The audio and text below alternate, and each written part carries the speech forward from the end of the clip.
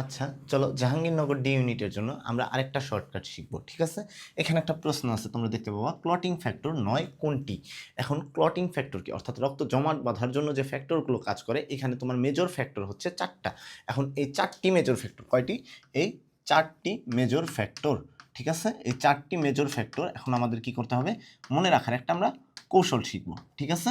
এই মনে রাখার কৌশলটা কি দেখবা, সহজে একটা এই লাইনটা মাথায় রাখতে পারো তোমরা। ফুল পরে টুপ করে, কি করে? ফুল পরে টুপ করে। এখন এখানে তোমরা ফুল দ্বারা যেটা বুঝবা সেটা হচ্ছে ফাইব্রিনোজেন। ফুল দ্বারা কি বুঝবা? Fibrinogen, fibrinogen. পরেতে হচ্ছে প্রথ্রম্বিন, পরেতে কি? প্রথ্রম্বিন, ঠিক আছে? এরপরে যেটা পড়বা তোমরা সেটা হচ্ছে টুপ করে। আমরা অন্য একটা কালার ইউজ করতে পারি সেটার জন্য। দেখো, টুপ করে এই টু দ্বারা বুঝবা হচ্ছে তুমি থ্রম্বোপ্লাস্টিন। কি বুঝবা? থ্রম্বোপ্লাস্টিন। এরপরে যদি বলি এই করে দ্বারা, এটা দ্বারা বুঝবা তুমি ক্যালসিয়াম আয়ন।